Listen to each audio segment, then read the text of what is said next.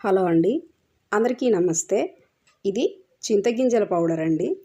చింతగింజలు మోకాళ్ళ నొప్పులకి, మోకాళ్ళల్లో ఒకవేళ గుజ్జు అరిగిపోయిన వాళ్ళకి ఇది వాడితే గోరువెచ్చని నీళ్ళలో కానీ, గోరువెచ్చని పాలలో కానీ, తేనె కానీ, బెల్లం కానీ కలుపుకొని తాగితే కొంచెం ఉపశమనం లభిస్తుంది అని డాక్టర్లు అంటారండి.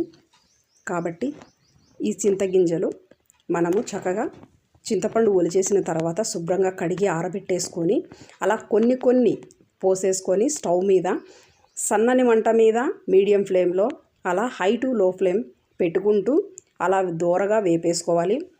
మంచిగా వేగాలి, ప్లస్ మాడిపోకూడదు. అలా వేగాలి. అలా వేగితేనే మనకు ఆ చింతగింజ లోపలికి కూడా మంచిగా మన పల్లీలు ఎలాగైతే వేగుతాయో అలాంటి కలర్ రావాలి. చింతపిక్క మొత్తము అలా వేపేసుకోవాలి. దానికి చాలా టైం పడుతుంది.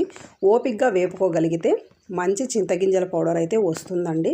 అలా చల్లారిన తర్వాత అన్నీ అలాగే కొన్ని వేపేసుకొని చల్లారిన తర్వాత అలా కొన్నిగా రోట్లో వేసుకొని చిన్నగా దంచుకోవాలి. పెద్దగా దంచితే అన్నీ ఎగిరిపోతాయి.